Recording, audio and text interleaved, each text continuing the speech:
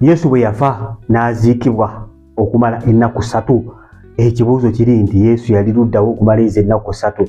Yali mu ntaana, yali alazeewa?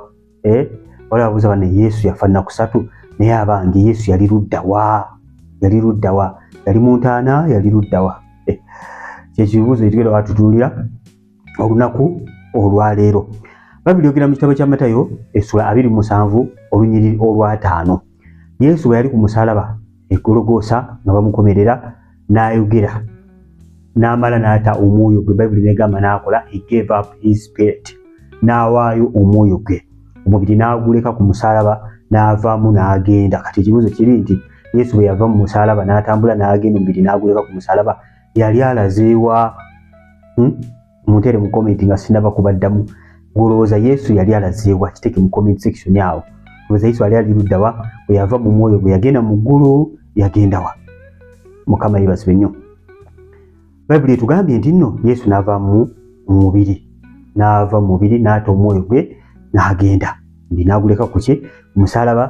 Era ne bagujjako. Waliwo ennimiro eyaliraanye awo, waliwo omusajja yayisimira amalaalo ge mu mpuku, ne bagujjayo ne bagutwala ne baguziika. Yesu yakomawo ku lunaku olwokusatu n'agukimawo n'atambula ng'azuukidde. Kati kibuuzo, yali luddawa?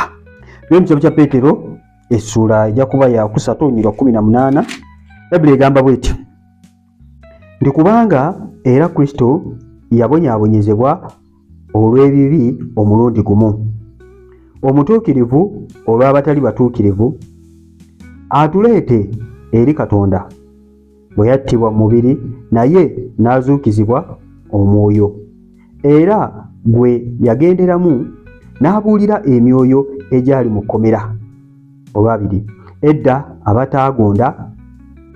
abataagonda Katonda bwe yabagumiikiriza mu nnaku za Nuuwa. Mukama yeebazibwe. Bayibuli etulaze wano nti Yesu yagenda mu kkomera, yagenda n'abuulira enjiri mu makomera. Amakomera atwa agenze mu mwoyo. Yagenda makomera, abantu abajeemera Katonda n'ababuulira enjiri. Yagenda n'akola ki?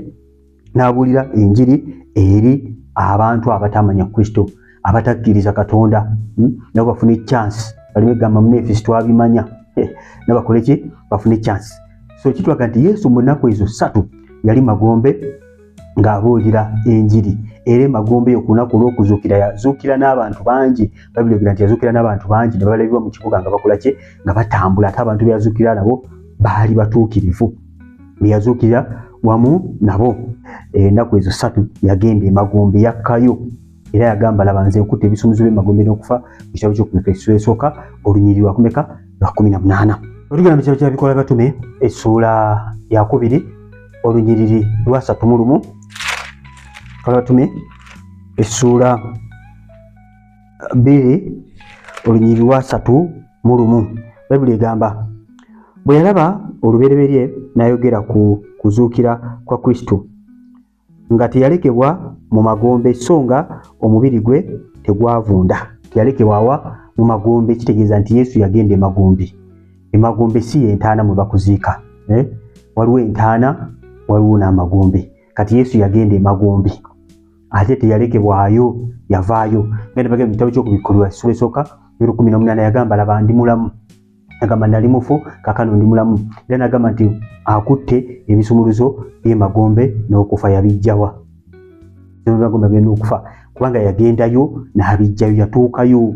Yesu yatuukayo magombe, Yesu yatuukayo mu Geyeena, era n'ajjayo abatukuvu ne bazuukira wamu naye n'atambula nabo. Yabalaba mu kibuga nga bakola ki?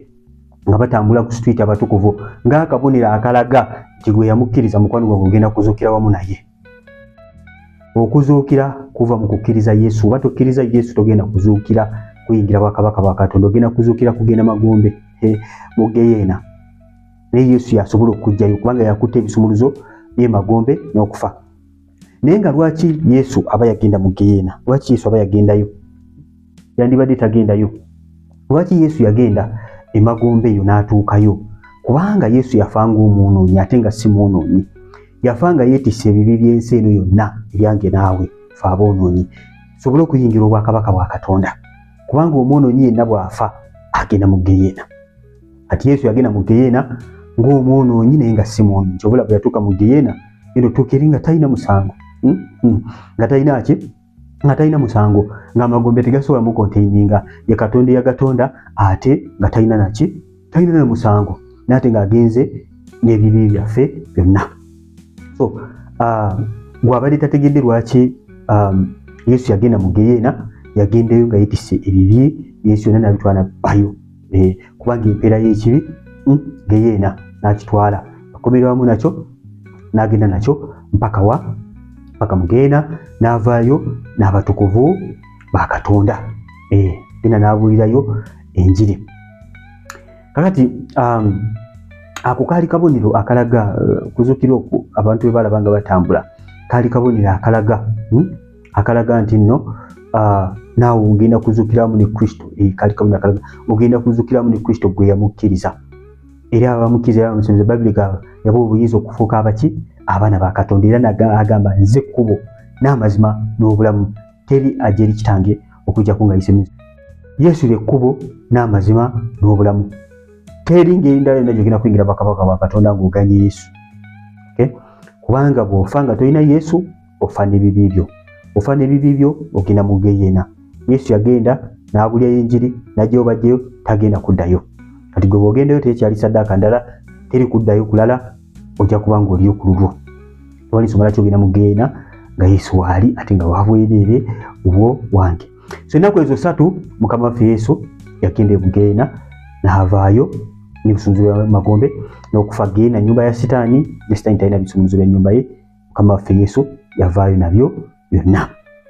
Olabika okula aka vidiyo akaddako koona wano kajja bakwogera ku nnaku, kwogera ku nnaku.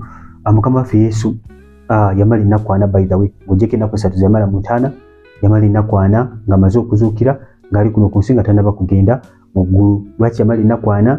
Kubanga akusinziira ku Bayibuli otunuulira generation zonna ezijja wabeerangawo ennaku 4, Musa yazimala emirundi 2 nga afuna amateeka ga Katonda, n'ajja n'agaleeta nga wayise ennaku 4, era addayo gwokubiri n'aleeta amateeka nga wayise ennaku endala meka?